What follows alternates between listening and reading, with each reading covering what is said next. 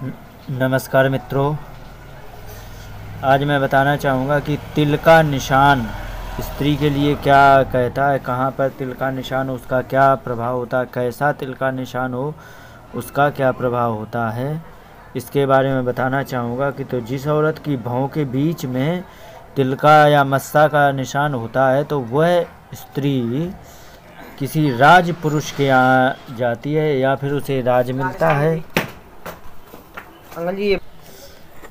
तो इस प्रकार से उसमें राजकन्या होती है या फिर राजपत्नी होती है। और जिस औरत के बाएं गाल पर लाली लिए मस्सा हो वह औरत मिष्ठान को ज़्यादा भोग करती है। और यदि हृदय पर किसी औरत के स्त्री के हृदय में तिल का निशान होए वह नारी सौभाग्यशालिनी होती है। और जिस स्त्री के दाहिने स्तन पर यदि तिल या मस्ता का निशान हो तो लिखा है कि कन्या चतुष्टयम सूते सूते सा च सुतत्रयम, वह स्त्री 4 कन्याओं को जन्म देने वाली होती है और 3 पुत्रों को सुतत्रयम 3 पुत्रों को जन्म देने वाली होती है। और जिस स्त्री के बाएं स्तन पर लाल मस्से का निशान होता है तो वह स्त्री लिखा है तिलकम लांछनम शोणम यस्या वाम स्तने भवेत, जिसके बाएं स्तन पर होता है तो एकम पुत्रम प्रसूय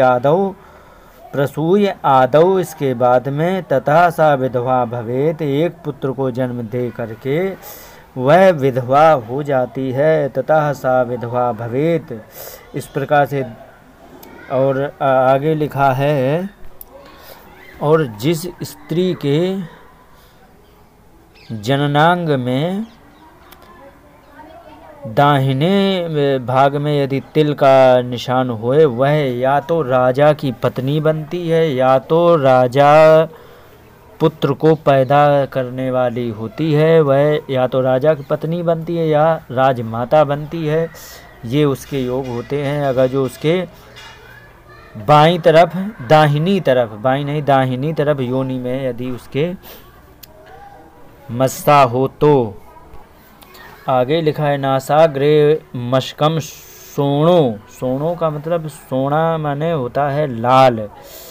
जिस स्त्री के नासाग्रे नाक के अग्रभाग में मस्से का निशान हो लेकिन सोणो लाल हो तो महिष्या एव जायते, वह स्त्री महिष्या माने रानी होती है तो वह रानी हो जाती है। और कृष्णा सा एव भर्तिज्ञा पुष्चल्याश प्रकीर्तिता, अगर जो वह मस्सा का निशान काला हो तो वह तो पति का नाश करने वाली होती है।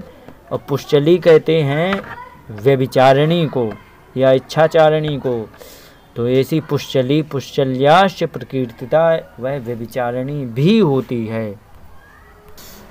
और जिस स्त्री के नाभि के नीचे तिल या मस्सा या लहसुन कोई भी निशान हो वह शुभ ही फल देने वाला होता है। और जिस स्त्री की जांघों में तिल या मस्सा या लहसुन का निशान होए वह दरिद्रता का कारक होता है। और जिस स्त्री के हाथ कान गाल कंठ बाएं अंग में तिल हो, हाथ में कान में गाल में कंठ में बाईं तरफ यदि तिल हो या लहसुन या मस्सा हो, इन सब का एक भी इनमें यदि मिल जाए तो नारी के पहले पुत्र पैदा करती है, इसके बाद कन्याएं उसकी होती हैं। पहले सबसे पहला पुत्र ही होगा, इसके बाद कन्याएं होगी। यदि हाथ में कान में गाल में कंठ में यदि कहीं कोई तिल लहसुन मस्सा कोई भी एक निशान यदि हो तो सबसे पहले पुत्र पैदा करेगी, इसके बाद पुत्र होगा कि कन्या, इसके बाद का विषय है, कुछ भी हो सकता है लेकिन पहला तो पुत्र ही होगा। और जिस औरत के माथे पर त्रिशूल का चिन्ह ब्रह्मा ने बनाया हो वह नारी 1000 स्त्रियों की स्वामिनी होती है, यदि माथे पर त्रिशूल का निशान हो तो।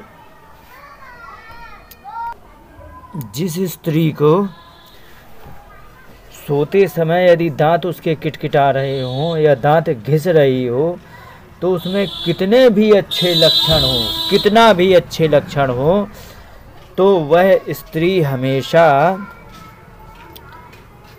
बुरे ही फल देने वाली होती है, उसका कोई अच्छे लक्षण होते ही नहीं है। ऐसी स्त्री तो दुर्भाग्य को ही देने वाली होती है। अगर सुप्ता परस्परम यातु दंत किटकिटायते सुलक्षणा प्रशस्ता यासा किंचित प्रयेक्षयेतता, कुछ भी लक्षण अच्छे दिखाई देते हों पर फिर भी उसे त्याग ही करना चाहिए, ऐसा इसमें आया है। अंकल जी, तो ये मोटा मोटा तिल का निशान था। अब मैं आगे एक चक्र बनते हैं, जो बालों के रोए के जो चक्र बनते हैं, इसका क्या फल होता है इसके बारे में भी बताना चाहूँगा आगे इसके अगले वीडियो में। तो यदि चक्र है तो वो उसको किस प्रकार से उसके लक्षण देखेंगे। तो इन्हीं शब्दों के साथ बात को विराम देते हो। नमस्कार, जय हिंद। अंत में एक बात और फिर कहना चाहूँगा, यदि वास्तुशास्त्र सीखना है तो हमारे इसमें प्लेलिस्ट पड़ी है, आप उसे देख सकते हैं। बहुत अच्छा ग्रंथ होता है, इसकी बहुत आवश्यकता होती है, तो इसको भी सीखना बहुत ज़रूरी होता है। मैंने जब सीखा तब मुझे पता लगा कि हाँ, इसकी कितनी आवश्यकता होती है। तो इन्हीं शब्दों के साथ बात को विराम देते हुए नमस्कार, जय हिंद।